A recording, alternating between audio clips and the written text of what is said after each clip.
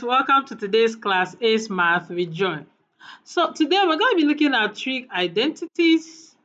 So basically it's just an equation that is true for all values of angles for which both sides are defined. So as simply put, now before we go ahead to look at some examples, let's look at basic trig identities you need to know. All right. So now, okay, so let's say this is my first quadrant. And in that first quadrant, let's pick an angle, let's say angle 35, right? Okay, so now if I am to find cos 35, that is adjacent over the hypotenuse, right? Okay, so cos 35 with my calculator is giving 0.819. Now, if I also check sine 35, let me see if this is true. If I also check sine 35, I'm going to have 0.574, right? Okay, so since I have sine squared, I'll have sine squared 35, just like saying sine 35 times sine 35, plus cos squared 35. So what values am I getting if I square the values of sine and cos I have gotten? I'm going to be having 0.3295 plus 0.6708. So if you sum this together, you'll have 1.0003, which is approximately 1. Okay, so now that means my definition is true, that trig identity is an equation that is true for all values of the angle for which both sides are defined. All right, now, so we've seen how it works on these basic trig identities. We've seen the first one, that it is actually true that sine squared theta plus cos squared theta is equal to 1. So I want you to also try out this experiment. You can choose any acute angle. You can choose any angle anyway. So even if you choose the one that is not acute, just know that you're taking the absolute value, right? Okay, so just it's best you choose an acute angle, so something in the first quadrant, right? Okay, so now let's look at the second one. So now this first identity, we call it the Pythagorean identity. The Pythagorean identity. So now the second one,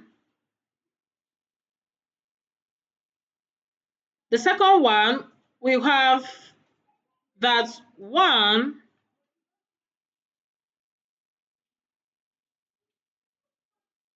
plus tan squared theta is equal to sec squared theta. Okay, so now let's use the same angle that we've drawn to check this one, right? These are the basic trig identities we need to know. So let's not just cram it and say, okay, they say, let's see that this is actually true. All right, that's why we are using theta to be 35. Now, there's no rule that says theta must be 35. Like I said earlier, you can actually verify this using theta to be any angle of your choice. Okay, so now using the same 35, we'll have 1 plus tan squared 35. You know that there's no sec in calculator, right? So sec is actually the inverse of cos. So we'll have this to be equal to 1 over cos squared 35. Okay, so tan 35 when squared gives us 0.4903. Now, if we've squared cos 35 earlier and we got 0.6708, right? Okay, so when we add 1 to 0.49 whatever, we'll have 1.4903. So if we also divide, which is approximately 1.49, If you also divide 1 by 0.6708, we also have 1.4903. Okay, so you see this is true, right? So now, having seen that the second one is true, this second one we'll call it the second identity.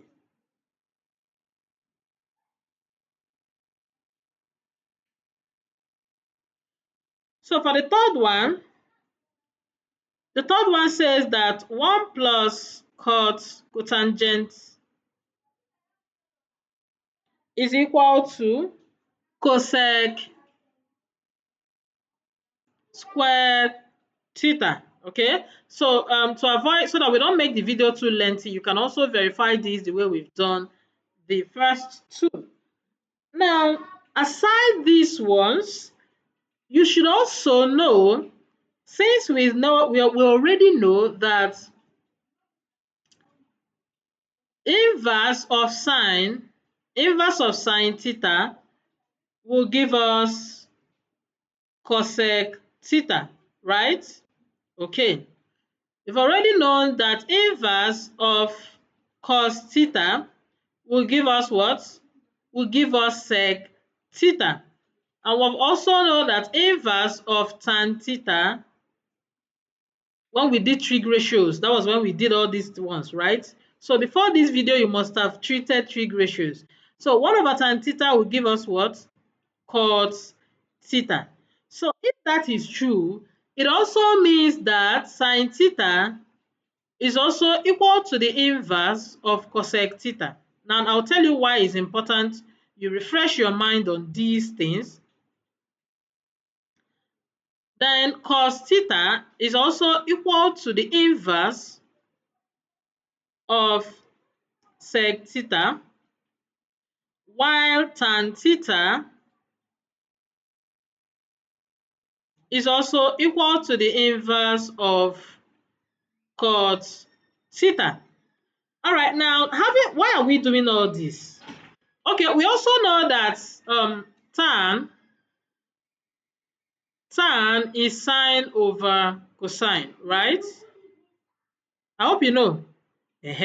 So these are the things you did in when you did trig ratios. So now, if tan theta is sine theta over cos theta, then cot theta will be the inverse, which is cos theta over sine theta.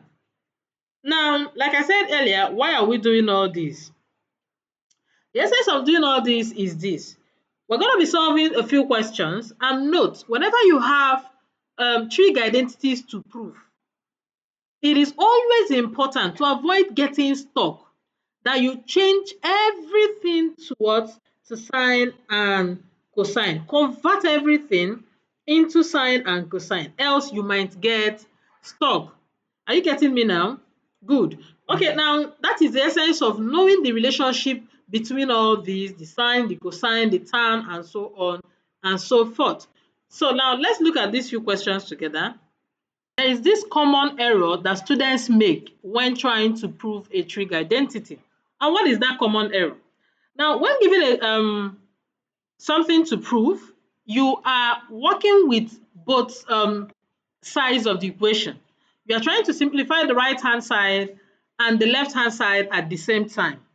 And before you know it, they get to a point and they are stuck. They don't know what they are doing. You are simplifying this side, you are simplifying the other side. You are stuck. That is wrong. So when you want to prove a trig identity, what you do is, for instance, if you look at this question, you will see that one side will always look simpler, right? So what do? Leave that side that looks easier. Pick the one that looks complex. Keep breaking that one until you get exactly what you have on the other side. You cannot be simplifying both ends at the same time, else you get stuck. That is one. Then the second mistake is, if you look at the B part, you will see that we have tan, right? You can actually have cot, cosec, whatever you have. Always break it to sine and cosine. Always break it to what? Sine and cosine. Always use your sine and cosine. It will be so easy and so smooth for you. Are we clear? All right, now let's do these three together. So the first one, we have 1 minus cos squared theta over sine theta to be equal to sine theta. So now if you look at this, you will see that what we have on the right hand side is looking very simple, while what we have on the left hand side is looking a bit complex. So we will leave the sine theta and then pick 1 minus cos squared theta over sine theta, and we'll keep simplifying until we get exactly sine theta. And when that is done, we will know that what we have proved as required. Okay, so now recall that the first trig identity we revisited says that sine theta squared theta, right? So that means we are going to be replacing this numerator. We're going to be replacing this numerator with sine squared theta. So when we do that, sine squared theta over sine theta. Now note that sine squared theta is the same thing as sine theta times sine theta, right? All over sine theta. Recall that this is equal to sine theta in the question. So this will cancel out, and then we have the right hand side to be equal to what? The left hand side. So we have proved as required. So we go to the next question, which says 1 over 1 plus tan squared theta is equal to cos squared theta.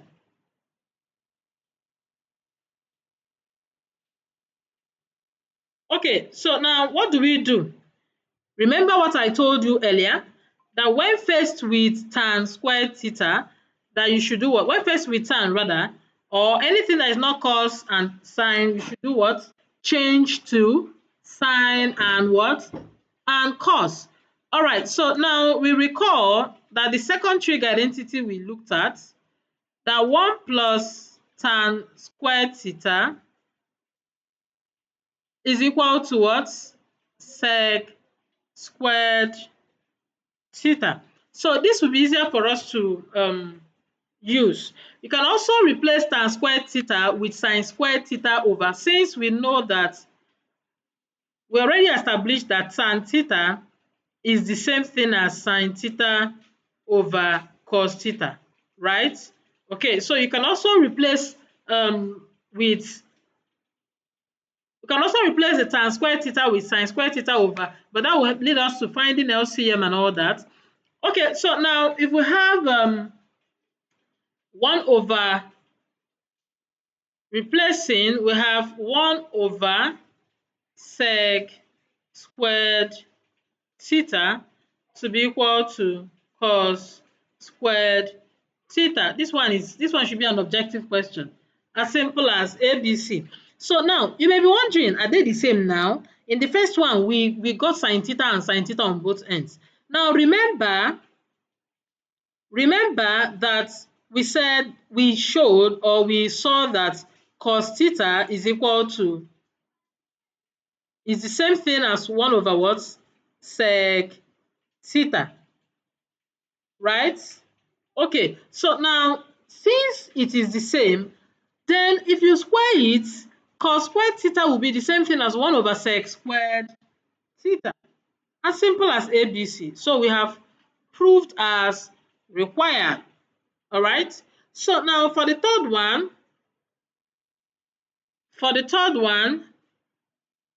we have the square root 1 plus cos theta over 1 minus cos theta plus square root 1 minus cos theta over 1 plus cos theta, and this is equal to 2 cosec theta. All right, so we started with the simpler ones and then we move higher. So after these examples, I will also challenge you to look for more questions. At least you've gotten the basic knowledge. Look for more and attempt. Okay. So now having this, what do we do? You see, one thing about maths is that you will always require apply one knowledge or one topic to another. So now we're going to be applying the rationalization of sorts. All right. So as to eliminate sorts in the denominator. So let's pick the first one where we have, so there is no topic you treat in mathematics that is irrelevant. So don't ask yourself, so this thing I'm doing now, what am I going to use it to do? Either you apply a knowledge directly or you apply that knowledge to learn another topic. Okay, so now the conjugate of the denominator is 1 plus cos theta. So we're going to multiply both the numerator and the denominator by that conjugate. Why? So as to get rid of surd in the denominator. So now for the numerator, you will discover that we are multiplying the same thing. It's just like saying x times x, and that will be x squared, right? So in our numerator, we're going to have 1 plus cos theta squared. And then in the denominator, we're going to have difference of two squares, and that will be 1, I can't say 1 squared now, that's 1 times 1, minus cos theta times cos theta, which will be cos theta, cos squared theta, right? Okay, so now let's look at this denominator. Recall that sine squared theta is the same thing as 1 minus cos squared theta, right? Okay, that was the first trig identity we looked at. So that means we're going to have the square root of 1 plus cos theta squared over sine squared theta. And you know that sine squared theta is just like saying sine theta times sine theta, right? So if we take square root of both the numerator and the denominator, we'll simply have a 1 plus cos theta over sine theta. So we're going to keep this here, and then we pick the second one. So in the second one, the numerator is minus, while the denominator is plus. So what will be the conjugate of the denominator?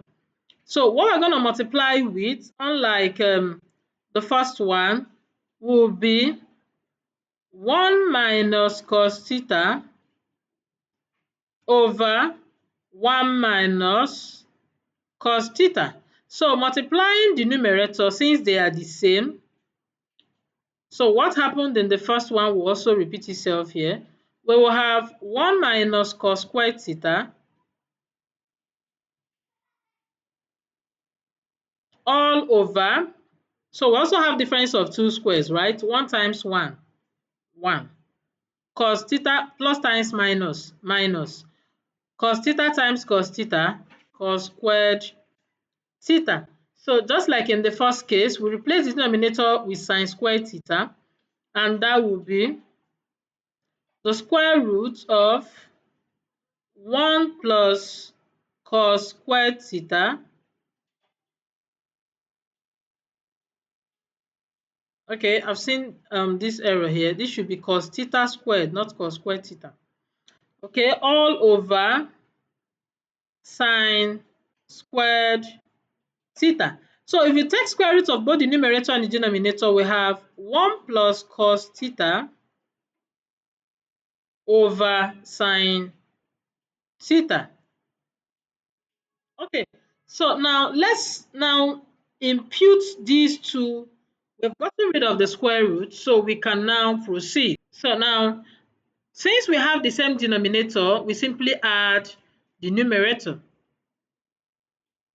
So 1 plus cos theta plus 1 minus cos theta. So this will go, and then we'll have 2 over sine theta So this 2 over sine theta, we are saying that 2 over sine theta is the same as 2 cosec theta, right?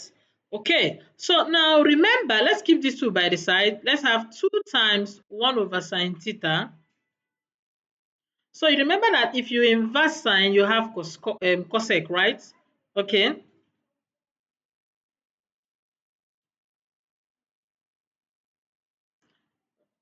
So recall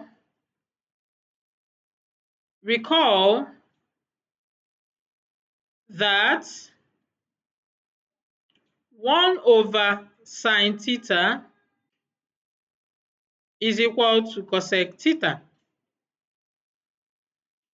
So if 1 over sine theta is equal to cosec theta, then 2 over sine theta is equal to 2 cosec theta.